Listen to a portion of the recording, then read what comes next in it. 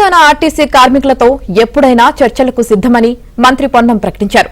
సిద్దిపేట జిల్లా హుస్నాబాద్ బస్టాండ్ పరిసరాలను ఆకస్మికంగా సందర్శించిన ఆయన ప్రయాణికులతో కాసేపు ముచ్చటించారు. ఆర్టీసీ డ్రైవర్లు, కండక్టర్లతో మాట్లాడి వారి సమస్యలను తెలుసుకున్నారు.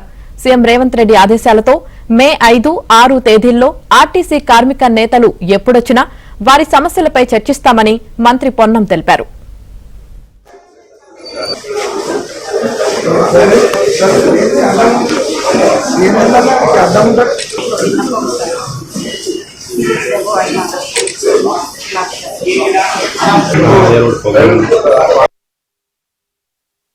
గత 10 సంవత్సరాలు నిర్వీర్యమైపోయి సమ్మె ద్వారా చేస్తే కూడా అనేక మంది చనిపోయినా స్పందించకుండా, ఒక కొత్త బస్సు కొనకుండా, ఒక కొత్త కార్మికుడికి లేదా ఆర్టీసీకి ఉద్యోగం ఇవ్వకుండా వ్యవస్థ అంతా కూడా నిర్వీర్యమైన సందర్భంగా ఈరోజు ఆర్టీసీ పూర్తిగా లాభాల దిశలో పోయేటువంటి పరిస్థితుల్లో పాత అప్పులు, పాత పిఎఫ్ నుండి, పాత సిసిఎస్ నుండి వాళ్ళ నిధులను వాళ్ళకు రిటైర్డ్ ఇచ్చే విధంగా తీసుకునే ప్రయత్నం జరుగుతోంది.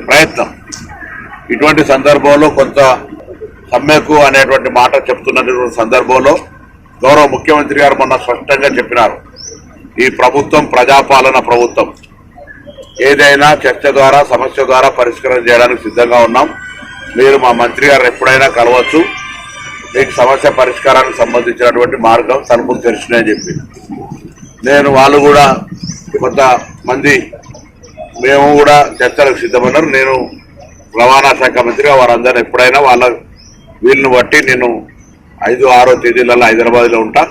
వాళ్ళు ఎప్పుడైనా కూడా నా దగ్గరకు వచ్చి తలుపులు చర్చ ఎవరైనా రావచ్చు, ఎవరైనా మాట్లాడవచ్చు. దానికి ఇదేమో అధికారికంగా పిలిచి అధికారికంగా రావాలి అట్లా ఏం అవసరం లేదు.